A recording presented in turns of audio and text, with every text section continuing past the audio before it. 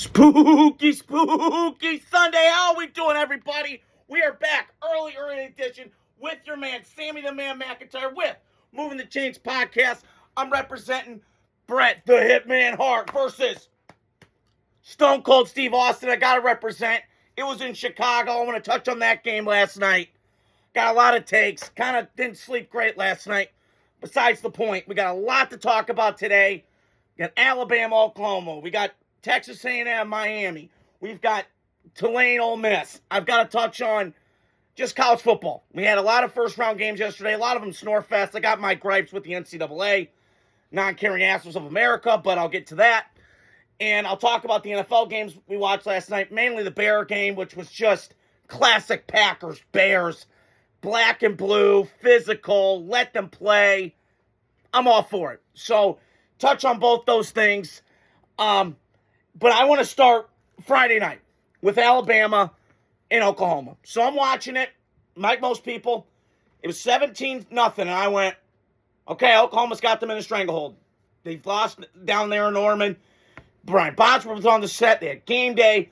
It just felt right. It felt like Oklahoma was going to beat Alabama, send Kalen DeBoer packing. Was he going to take the Michigan job? Was he going to stay at Alabama? We don't know. But then they came back. And the one thing I will give Alabama credit for, and I'll touch on Oklahoma in a second, is Oklahoma lost this game. That's the bottom line, point blank, end of story. They had breakdowns in coverage. Their field goal unit was awful. They just looked tight. They didn't look loose. I thought early on Oklahoma felt loose. Their offense, they were getting John Mateer on the run. He looked good. Pre-hand injury. He looked like the first couple weeks with John Mateer, who I really like. He's got some Baker, Brett Favre qualities. And then it just kind of spiraled on him. And then I saw the back half of the season with John Mateer and how he is. His hand, just ever since the hand surgery, he's just been kind of off. And he felt off last night. And Oklahoma had no margin for error last night on offense. Their defense, Brent Venables, that's his baby. He's been really good all year long. And I thought early on he was really good mixing up blitzes and disguises and confusing Ty Simpson and all that. And Alabama didn't help themselves because they were dropping balls left and right. I'll get to them in a second. But Oklahoma, to me, lost that game more than Alabama won it. And Oklahoma's not dead. They're going to be okay moving forward. That was my takeaway after watching that game. John Mateer's going to come back. He's got a full offseason to kind of get his hand right and get, wired. He's going to be okay. Brent Venables still a hell of a coach. I was wrong on Oklahoma. I thought, defensive coach. He's never been a coach before. But it's worked. And I always, it's just like, if Lincoln Riley was still there, you had Brent Venables defensive coordinator, they could be good. And the way Lincoln Riley was running the ball and all that stuff, but we all know what happened. So I'm not going to take too much away from Oklahoma. They did blow the game, no question about it. I thought when they made it 27-24, I thought, okay, let's keep this rocking, let's roll it. And then it just they just ran out of juice. And they kind of remind me of Iowa this year. Not to make fun of Iowa, I know. And he had some wandering around, blah, blah, blah, I got it. But Iowa's a really good program. And Oklahoma's an excellent program. They've been one of my, I never like rooting for Texas, but I root for Oklahoma off to the side. I really do. I've always been a fan of their program. I know they never won anything. But the amount of guys they put in the NFL, it's a factory. It's a good region of talent down there in that program. Not a lot, but it's pretty good. And yeah, I was really impressed with Oklahoma. Even though they blew the game, I think there's a lot of momentum going in the offseason, what they can do moving forward. They get John Mateer back. They need to add some perimeter speed. And Brent Venables is going to have a full offseason to get his defense right. That's his baby. He'll get that figured out. So on the flip side with Alabama, I was really pulling Oklahoma would win because they've kind of had Alabama's number the last couple of years. Maybe last year and then this year. And I thought that early on, Alabama fell into that trap again. And granted to them, they have a fighter's mentality. You keep knocking us down, we're going to keep getting up. And that's what I felt like last night when I watched that game. Or Friday night when I watched that game, excuse me. And Ty Simpson's a gamer, and I like him a lot, but I don't love him. I still kind of feel the way I feel about him. He's going to come back next year, there's no doubt about it. If he decides to come out, he ain't going first round. I'm sorry, folks. If your team needs a quarterback, wait next year, because there's going to be a better crop than this year. because I don't know if Dante Moore's coming out. I know Fernando is for sure. Raiders, take him, please. That's my hope. I'm going to pray every week. But you need to, I would stay in school if I'm Ty Simpson. And if I'm Dante Moore and if I'm these kids, stay in school. Get another year. You're not ready yet from the stuff that I've seen this year, TV and all that stuff. But I like Ty Simpson a lot, but his receivers don't help him. Not as much as I think they should. Ryan Williams, every time I look up, he's dropping the ball.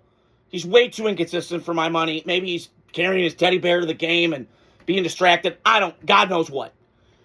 But I'm out on him. I mean, last year he came out gangbusters. If anybody remembers, he had that Georgia win.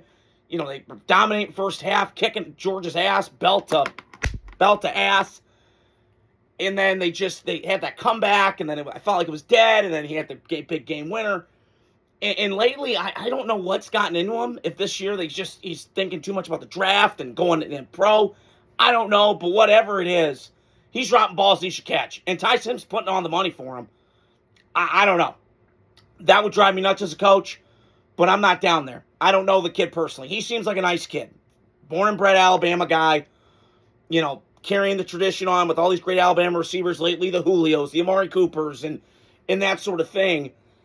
And I feel like that offense it reminds me of Washington a little bit, where it's just all throw, barely any run. And I like Kalen DeBoer a lot. And I think that it was hard shoes to fill, obviously, filling in for Nick Saban. That guy's a legend, okay? He's enjoying retirement. The scene, this cracks me up whenever he's laying on the couch watching Chiefs Bills, and Miss Terry, his wife, who seems like a sweetheart. They've been married a long time. And he's sitting there, and his wife goes, "Get up." He's just trying to enjoy. That's how I feel.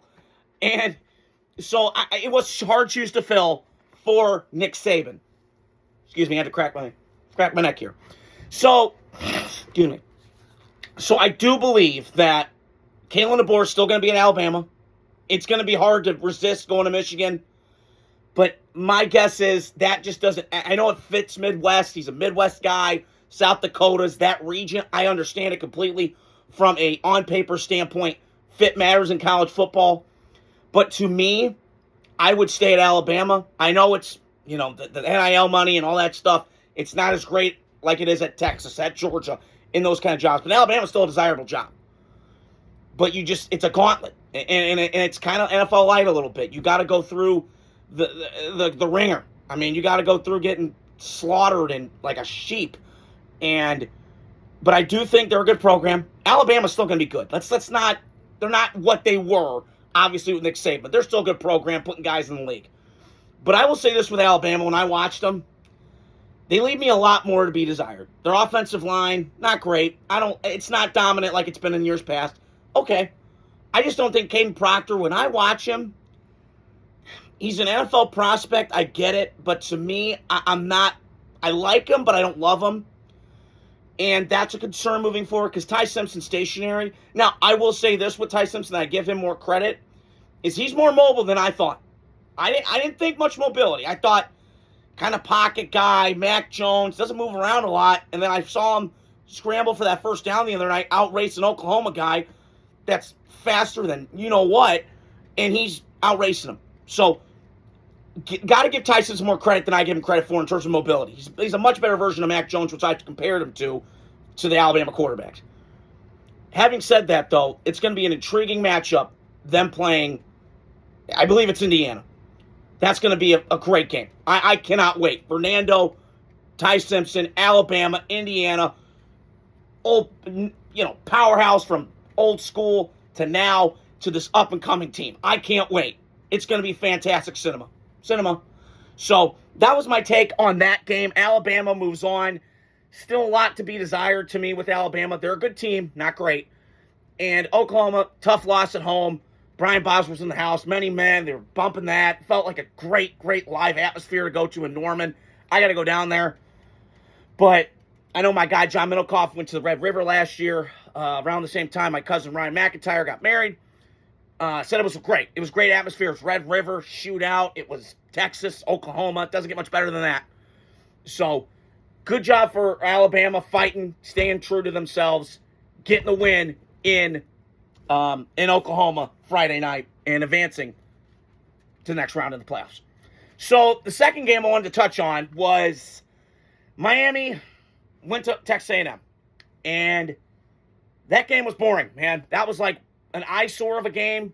My brother and I talked about yesterday. These games were awful to me, but I had to take notes. And so I can educate you guys on here. And I got to tell you, I came away I don't know who I was impressed with more. Miami, I guess, but I don't know. It was a weird, wacky game. There was a ton of big play and tons of good, NFL talent on the field. But I didn't hear Cassius Vaughn's name once. That guy's a freak show. Every time I look up at A&M, I keep seeing highlights of him. I'm like, wait, is that Myles Garrett? And Shedeur Stewart from last year for the Bengals. Who knows? And I didn't hear his name. So maybe Miami did a good job kind of neutralizing him, chipping him, whatever. But I didn't hear his name once from A&M yesterday. And from A&M, my takeaway from that is I'm just not – they're a program that I just, for like the last – it just feels like my whole life, since I've been watching college football, I didn't watch it. Texas A&M wasn't around because they were in the Big 12 before. But ever since they joined the SEC, I've heard more about Texas A&M than ever because obviously Johnny Manziel, Money Manziel, and all that kind of put Texas A&M on the map. And rightfully so. Johnny Manziel is one of my favorite college players of all time. Now, he's got his demons. We all have skeletons in our closet. He's got them more public than most. But I love Johnny football. And he put Texas A&M on the map for those couple years. Him, Mike Evans, kicking ass, doing all whatever they got to do.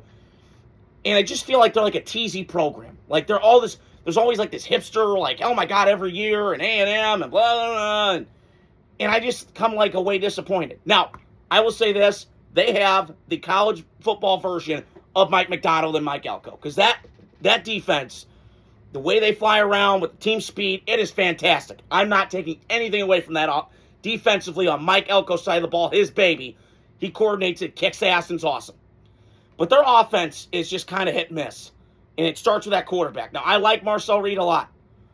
But if he ever decided to come out, I would advise him, stay the hell in school.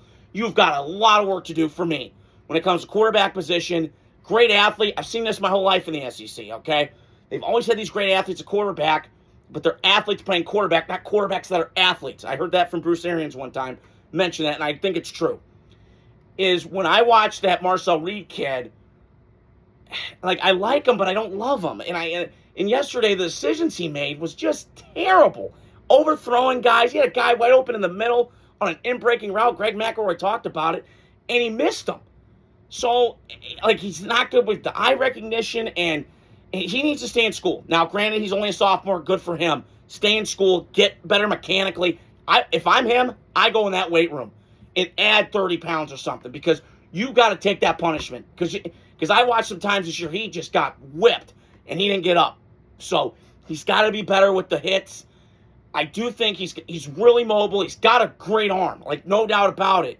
It's just some mechanical stuff and just fine-tuning it. He's not chopped liver. He's learned from some people. Okay? Obviously, he's got God-given gifts. He's a great kid, all that stuff. I'm not disputing the talent or the kid. I'm just looking at it from a standpoint from my eye test. He's got to be better at a lot of the just little stuff of quarterbacking. Eye recognition, getting through progressions, reads, stuff like that.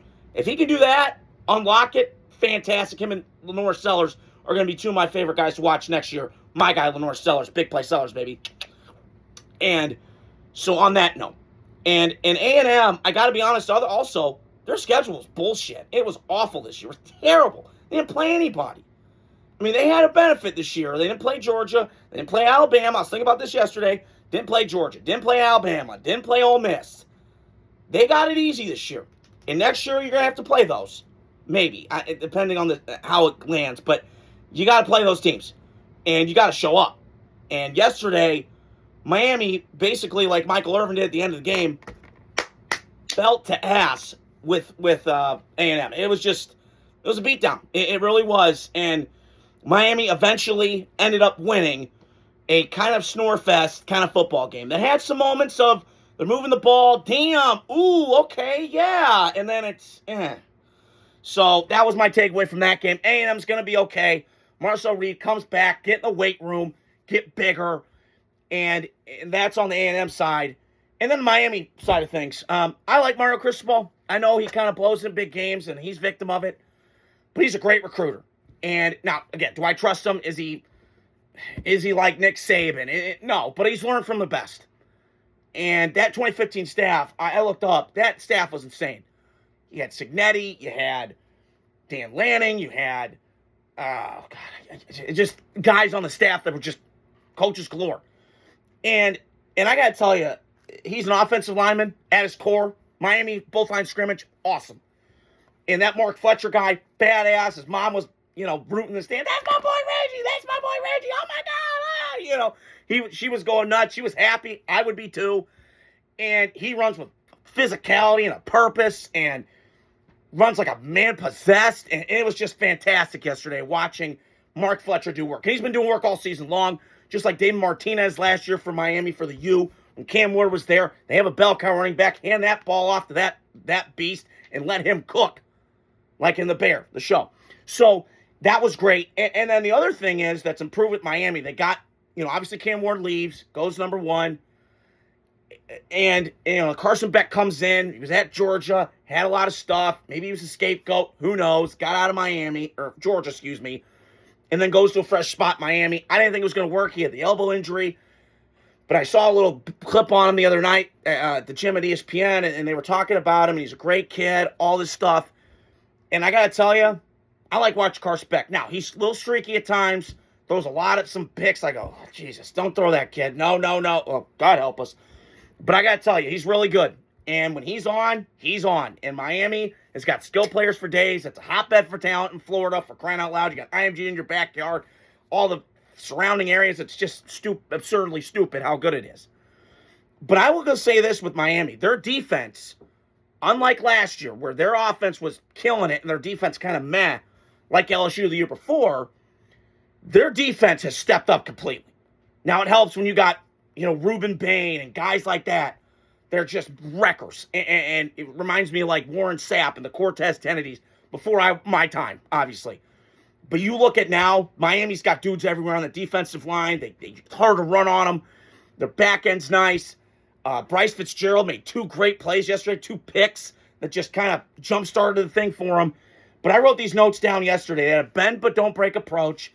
They had 1 single gain of 20-plus yards, 9 tackles for loss, 7 sacks, forced 3 turnovers like I just mentioned, with the 2 picks from true freshman Bryce Fitzgerald. And then they had 7 transfers in the portal. They got a new defensive coordinator in Corey Heatherman from Minnesota, who was with PJ Fleck. And they did this on the fly. And this is what happens when NIL and transfer portal. You can do it on the fly now in college football compared to years past. So I was blown away. I really was with Miami. They move on. And I can't wait. I can't wait for this mano-a-mano matchup. Now we get good games in college football. We got to stop with these putting JMUs and the Tulanes and all the other shit. It's awful. It's terrible. Stop making it a charity. They make all this money, damn it. But be that as it may, not my call.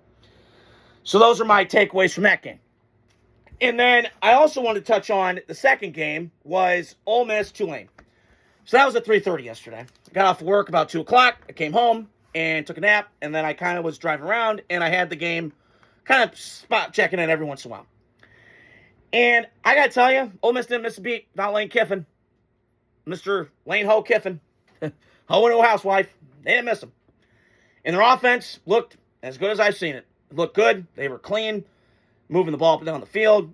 Trinidad Chambliss looked fantastic. He's a great quarterback. I think, just the offense of Ole Miss, we'll see if they hire as offensive coordinator, but I don't think it's going to miss a beat. They look, it obviously helps you got talent, but they just move that ball so fast, up and down the field. Tennessee, Ole Miss, those offenses are fantastic to watch. I get a joy watching it every Saturday.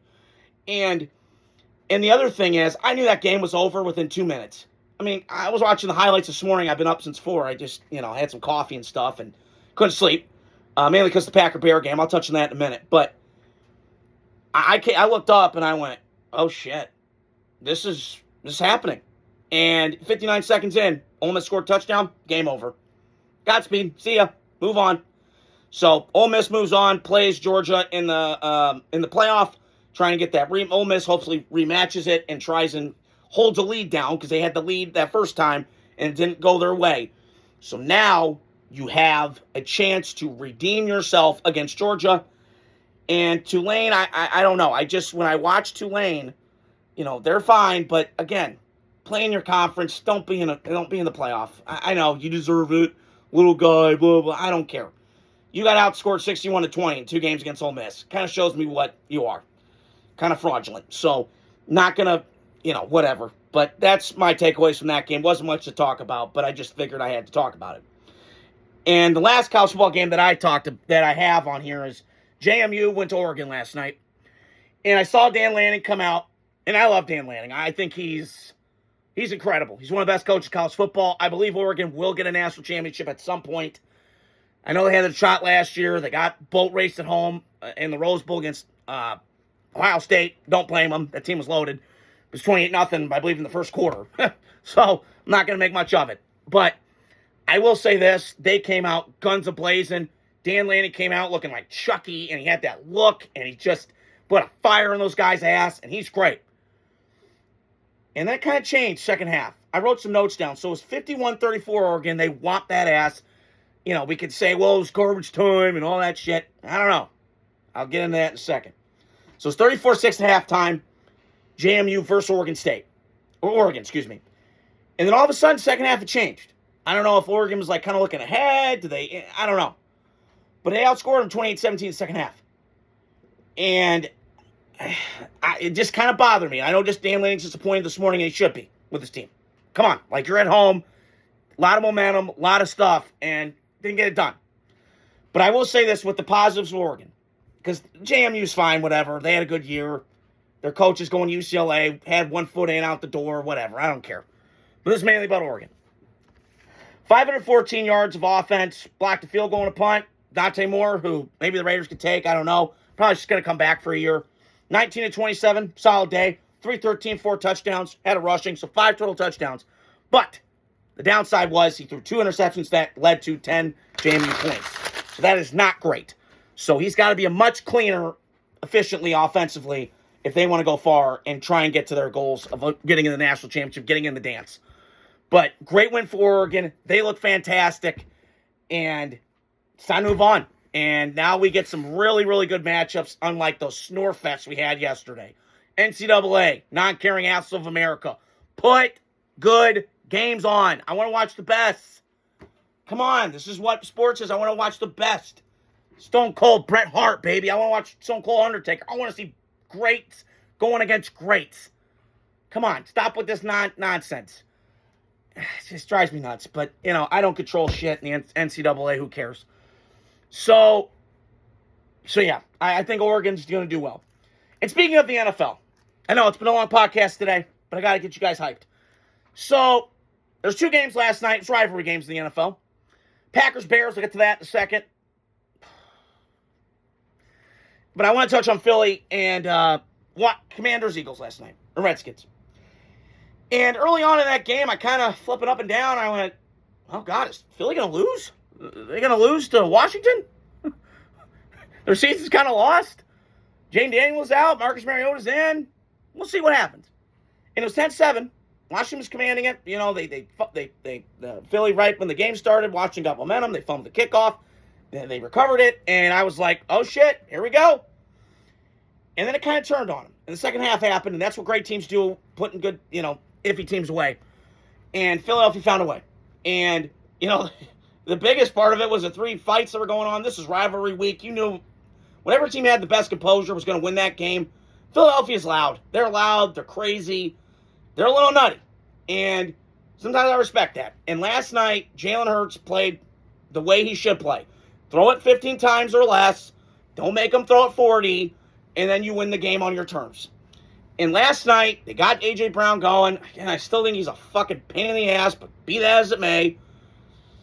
But when they're humming, that offense, when it runs through Saquon, looks pretty damn good. It looks unstoppable. And it did last night. And moving forward with Philly, they've won the division twice. Dallas is done completely. Thank you. Now you can go whine and bitch in the playoffs, Skip Bayless, you dumb. So anyways, they're done. Dallas is done. They've won the division 2 years in a row. First time they've been a repeat since 2001 through 2005, where they were 4 years in a row when they had Andy Reid. And yeah, I'm not the biggest Nick Sirianni guy, but Philly looked good last night, looked in command, and looked pretty efficient last night with that win. And on the Washington side of things, it's a shame because I like most of their players. Kevin Craner knows this. It's been a lost year from hell. I appreciated the Laramie Tunsil pick. You went all in. But giving Debo a lot of that money, kind of risky. And you got Terry McLaurin signed, but he missed half the year. It's a shame. I mean, injuries happen. So they're going to be okay, Washington. Get Jane Daniels back in the weight room, like I just talked about Marcel Reed. Get him to add more muscle on so we can absorb the hits, because he's going to take him at this level. And if they do that, and they get young in a lot of places, they need to hit on like 9 draft picks that are young. It's an old football team. Once you do that, because I think you're better than Giants right now, because Giants don't have a coach. And I'm looking up and I'm going, well, Dallas, they got 2 first-round picks. Maybe they can, okay. And then, Philly's going to be Philly. And so Washington's going to be better than Dallas. Washington's going to be better than Giants, So I do think moving forward, Washington's going to be okay. This has been a down year. Go reset, reboot, get it figured out. So that's my takeaway from that game. And I just don't, it's been a year from hell from Washington. It's no other way to put it. It's been hard to watch because they were so fun last year with Jane Daniels and Terry, and they were just skies galore, and it was awesome. And this year kind of crumbled. So that was my takeaway from that game. Okay, so the one game that got me all fired up and grinded my gears last night was Green Bay Packers, Chicago Bears. Da Bears. Hey, that stole you last week. I had 5 heart attacks. Did you really? Yep, da Bears. They were in Chicago and representing WrestleMania 13 was in Chicago. So I had to talk about the Chicago Bears last night. But this game really wasn't about the Bears, because I've seen this movie with the Bears before. They've come back, they blah, blah, blah. They've had comeback wins, and it's impressive. This is more on Green Bay side of things. You're up 16-6 in the fourth quarter. 2 weeks in a row, you have not shut the door on these teams. And it's just a shame, because the last 2 weeks, they've had these games won, and they let them kind of creep back. And like I've learned in the NFL, game ain't over if it's not over. It's not like college, where there's a lot of blowouts and people leaving the stands. Nope, this game ain't over till the whistle blows and it's 0-0 at the end of the game. And last night early on, I went, wow, Green Bay's going to beat Chicago again. I've seen this movie. Yep. But then Jordan Love got knocked out. And then it kind of shifted a little bit. Green Bay was dominating for most of the game. I thought Malik Willis came in and played fantastic last night. Did everything he could in his power. That beautiful drop of the ball to Romeo Doubs, even though he's got the helmet condom on, whatever. He looked fantastic. He was running the ball, giving him an element that Jordan Love doesn't bring. Jordan Love's mobile, but not the zone read stuff. And I came away and went, okay, yeah, all right. They're going to win this game. They're going to knock the Bears. They're going to upset them. Soldier Field was loud last night. It was electric. They hadn't had that in 7 years. All right. And I did think going into that game, I thought the distraction with the stadium going on, and that kind of might distract them. And nope, didn't with the Bears. But I'll touch on them in a second. And Green Bay, it's going to be hard. I mean, you lost Micah. Jordan Love's out with concussion. How long he's out? Probably a game. Who knows? The good news is they got 10 days to rest. That was a hard loss last night to swallow. I'm still like, my head's still spinning, because they should not have lost that game last night, because they had that game in the bag. They really did. And that's more of a thought of Matt LaFleur falling on him a little bit. Why you're not running the ball, take the points. I mean, early on in the game, they got down there, and the throw was pretty good from Jordan Love, but just, it happens. But you got to take points when you need them. It's Chicago. It's Green Bay.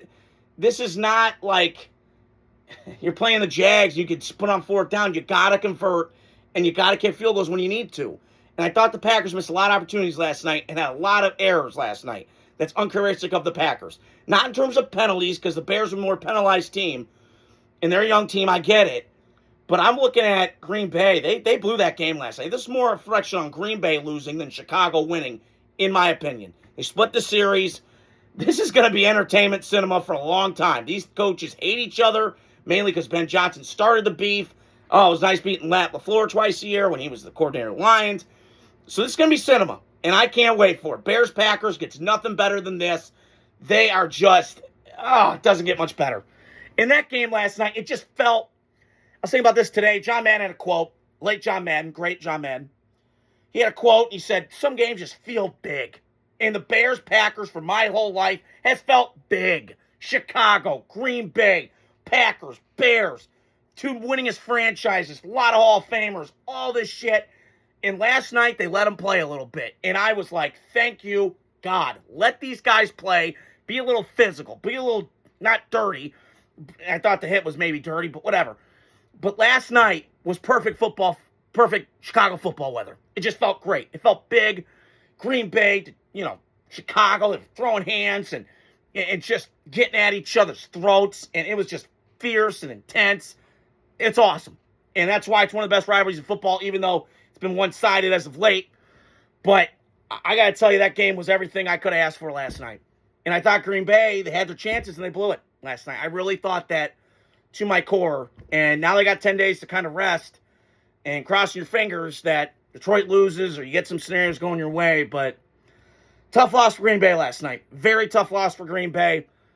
They're going to be okay. They're still a really good football team. That's going to be hard to swallow waking up this morning because you had that game in the bag. This is the second week in a row, and you didn't come through. So it's just, it kills me that they lost to Caleb Williams. God damn it. Okay, so speak of the devil with Caleb Williams, as I say Caleb, he played okay last night. I know, I'm a hater. I said he was a bust when he came out. Okay, maybe I'm wrong. Maybe he proves me wrong. But I got to be honest. Like, I like Caleb Williams, the player. The talent I never had problems with. But the person just wore me out a little bit. But when I'm watching Caleb, I'm just not bought in yet. I know you beat the Packers, and I said, you'll give me, I'll give you your respect when you beat them. And you did last night. And you took advantage of it. But it just felt like a lot of sloppy play last night from the Bears. This is a rivalry game. I get it. The team with the most composure usually kind of finds it. And I thought the Bears kind of lost it a little bit last night, getting chippy. I get it. It's a rivalry game. I got that. But I felt like last night, to me, Green Bay was a more disciplined football team when it came to that. And I just felt like Chicago was kind of loose. And, that's fine, but you got to be kind of disciplined. And I just felt like Caleb last night, it just drives me crazy why he can't complete. He's got 58% on the year. I can't, I understand Josh Allen. People say, well, he got 58% his second year, Sammy. Look. Yeah. Yeah, and he went to Wyoming, of all people, okay? He had to overcome a lot of shit. Now, Caleb had to, too, but he went to USC, University of Spoiled Children. And so I think Caleb's going to be a good quarterback in this league. And maybe I'm wrong. Maybe he will not turn into a bust. Clearly, it's working with Ben Johnson. They get along. But I said this today. It's going to be like this with him and Ben Johnson. It's going to be like Brett Favre, Mike Holmgren. It's just going to be a lot of back and forth. It's going to be driving him crazy. But eventually, you got to harness him a little bit. But sometimes you got to let him free. And I feel like right now, with Chicago, I'm very impressed with him. The Ben Johnson offense looks like a Detroit offense all over again. Running the ball. They had like 45 runs of 10-plus yards. I said on the broadcast last night. They're running the ball. And that's what you got to do in December. And Caleb's arm, I'm not disputing the physical talent. That quarterback can play in Chicago. He's got a big arm. Huge arm. When he's on the run, he's fantastic. And he just plays with good energy. And, I'm still not sold. Again, the Bears won. Congratulations. That throw was a thing of beauty. It was a seed. To DJ Moore was a stud. He's been a stud since college. Was pretty good in Carolina. Had a lot of different quarterbacks, kind of like D-Hop in Houston early on in his career. And I got to tell you, I came away last night. That was more Green Bay shit in the bed than Chicago winning it to me. It was a great game. It was fantastic cinema. And the Bears moving forward, they're going to probably get the number 2 seed, get a home playoff game. It's going to be hard to win in Chicago when it's frigid and all that stuff. But I said last night, both those quarterbacks, you need a big arm in that north. And they both fit the bill. Now, Jordan Love, hopefully he gets better soon. I'm pulling for you, big guy. Get back soon. And Green Bay's going to have M. Williams back. I thought last night missing him really hurt him a little bit in that back end. And I just felt like late in the game, I didn't understand why Green Bay was playing soft. And it just pains me they lost to Caleb Williams last night. But hey, credit to the Bears. They deserve that win. And good for Chicago. It feels good to be a Bear fan this morning. It really does. And still not sold on Caleb Williams. But they're playing good football. They've been pressing me most of the year. And they got to win against the Packers, which rarely happens in this rivalry. But they got the win. Split the series, which, okay, I'm fine with. But really good win by the Bears. Got to clean up some stuff, but impressive from Ben Johnson's first year in Chicago. Probably should get coach of the year if I'm him. So that's all I got today. It's been a long, lengthy podcast. I hope you guys are doing well. Spooky, spooky Sunday. We got a lot of NFL today. Hope you guys are doing well. Have a great, spooky Sunday. Adios. Godspeed.